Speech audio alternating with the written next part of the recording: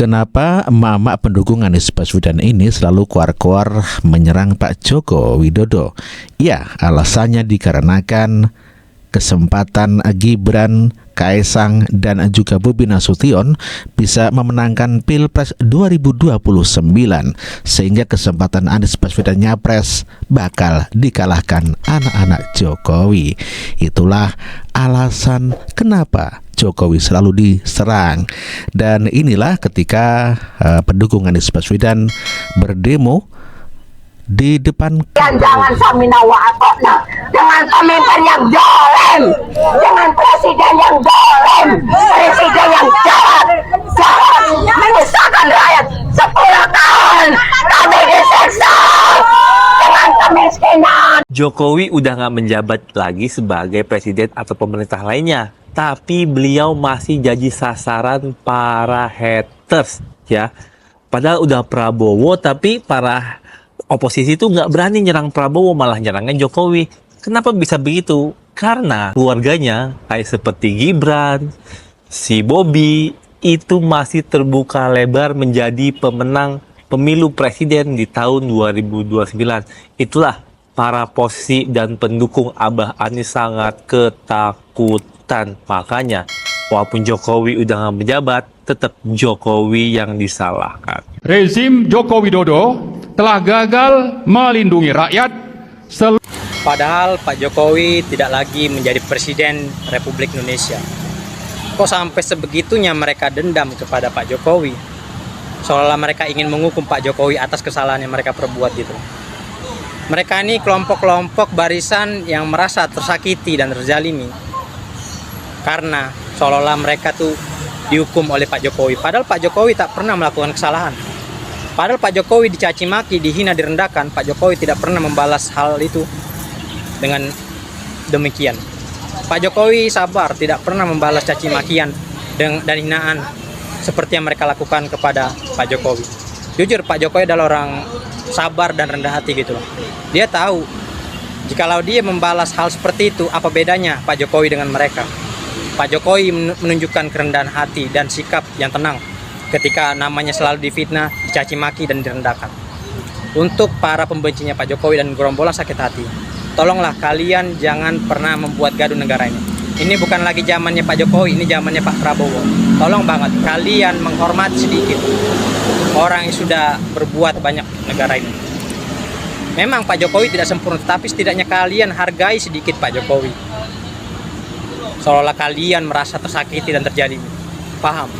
Pernah nggak kalian dengar Bapak Jokowi menghina rakyatnya? Pernah nggak kalian mendengar Bapak Jokowi melaporkan rakyatnya yang selama ini menyebar hoax kepada Bapak Jokowi? Pernah nggak kalian melihat Bapak Jokowi itu menghina, merendahkan lawan politiknya? Pernah nggak kalian mendengar Bapak Jokowi membenturkan rakyatnya untuk kepentingan politiknya?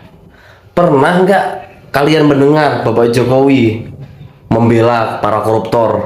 Bapak Jokowi itu hanya sibuk bekerja untuk rakyat di 10 tahun ini. Bapak Jokowi itu nggak mementingkan hal-hal yang receh-receh. Bapak Jokowi itu hanya membalas dengan senyuman. Udah cukup. Jadi alasan apa kepada kalian seorang para pembenci Jokowi? Kalian memfitnah seorang Jokowi, lalu kalian menggiring opini yang buruk untuk membunuh karakter Jokowi. Untuk apa? Ya, yang pasti kalian digerakkan dalam kepentingan politik, bukan berkepentingan untuk rakyat. Ya, pendukung Anies Baswedan Nenek Tarwiyah begitu sangat menggebu-gebu ingin menjatuhkan nama baik Pak Jokowi. Dengan menjatuhkan nama baik Pak Jokowi diharapkan nama Anies Baswedan akan naik, dan tentu saja nama Gibran akan kalah di Pilpres 2029 yang diharapkan seperti itu. Jokowi itu apa?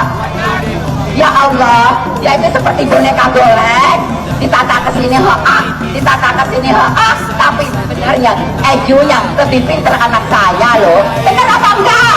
Ejunya lebih pintar anak saya, anak TK. Masa 1 ditambah 1 berapa? Dia bilang 11. 1 ditambah 1 ya 11. Otaknya di mana? Otaknya di mana? Goblok kalian. Tolol kalian. Ngaku profesor. Masa 1 tambah 1 kok 11? Goblok apa enggak? Tolol apa enggak? Anies Baswedan juga menyindir Presiden Joko Widodo di dalam forum internasional hanya sebagai penonton, dan inilah pernyataannya. Dan Presiden menjadi panglima diplomasi, bukan sekedar hadir di forum-forum menjadi salah satu penonton.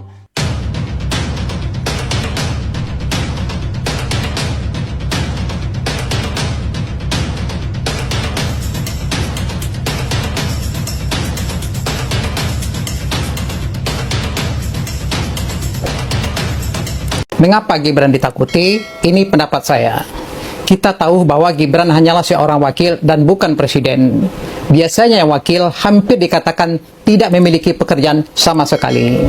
Dan kita tahu juga bahwa nanti yang akan menentukan, yang akan memilih adalah rakyat. Kalau rakyat tidak memilih, maka Gibran pun tidak akan terpilih.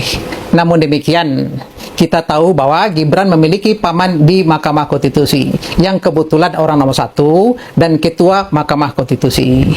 Dikhawatirkan nanti setelah Pilpres, pasti ada sengketa Pilpres. Baik Gibran menang maupun kalah, dan akan ada gugatan di Mahkamah Konstitusi. Dikhawatirkan orang bahwa Ketua Mahkamah Konstitusi akan menyalahgunakan kewenangannya untuk memenangkan Gibran. Demikian, kalau ada yang berpendapat lain, silakan tulis di komentar. Tuntutlah Pak Jokowi ke OCC RP kalau benar. Ini komenannya Honda CB2. Lah piye, belum dituntut, belum diapa-apakan. Yo, beritanya itu dirilis baru 2 jam ya, langsung di take down, langsung hilang. Yo, yang begini nih loh saya ndak suka.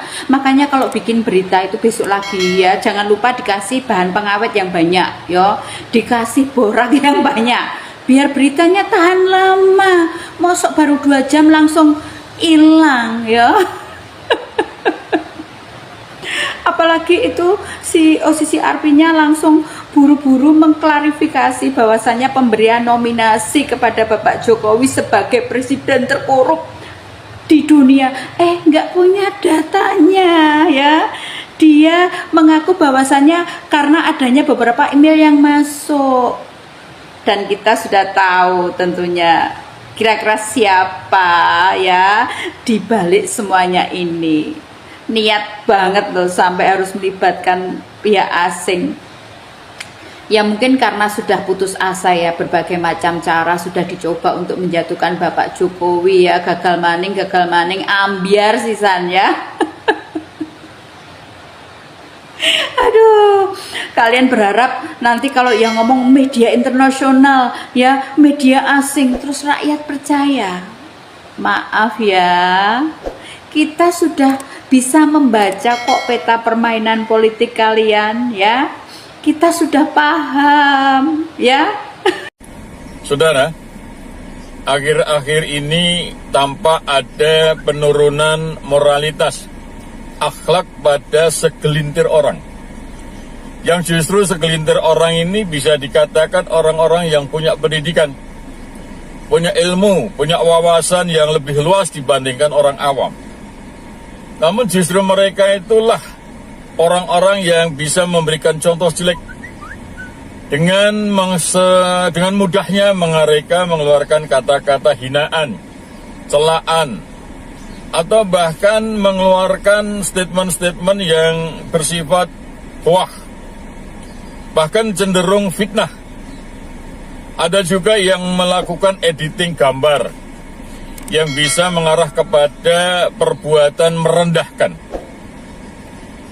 Yang jadi permasalahan adalah apakah mereka tidak sadar, mereka tidak tahu. Kalau tidak tahu kan tidak mungkin, mereka itu orang-orang yang terpandang, bahwa perbuatan jelek mereka itu akan dipertanggungjawabkan nanti di akhirat, di hadapan Allah. Apakah mereka yakin bahwa mereka bisa memberikan keseimbangan antara perbuatan buruk itu dengan amal kebaikan mereka? Padahal amal kebaikan mereka itu belum tentu diterima oleh Allah, belum tentu akan menjadi pahala. Namun perbuatan jelek itu pasti akan dicatat oleh Allah dan akan dipertanggungjawabkan di hadapan Allah nanti. Ini jadi problem kita. Nah, kalau perbuatan mereka itu kemudian dimaklumi dan diikuti oleh orang-orang lain yang menjadi fans mereka, penggemar mereka, apakah itu tidak akan menjadi dosa jariah? Ini saudara, ini yang harus kita perhatikan, khususnya bagi kita. Kita tidaklah harus mengikuti mereka. Janganlah kita mengikuti apa yang telah dilakukan mereka. Memang sepertinya sederhana, memang sepertinya itu akan memuaskan hati kita, emosional kita. Namun ternyata itu akan diperhitungkan. Perbuatan baik kita belum tentu menjadi amal kebaikan kita, tapi kejahatan kita, kata-kata kotor kita itu sudah dicatat dan itu bisa menjadi dosa kita. Hati-hati saudara, ya. Rakyat Indonesia menyampaikan apresiasi setinggi-tingginya. Ini baru mahasiswa hebat, nggak hujat mantan pemimpin negaranya. Itu berwaras. Jangan kayak yang mahasiswa yang suka demo-demo tuh yang bisa dibayar itu.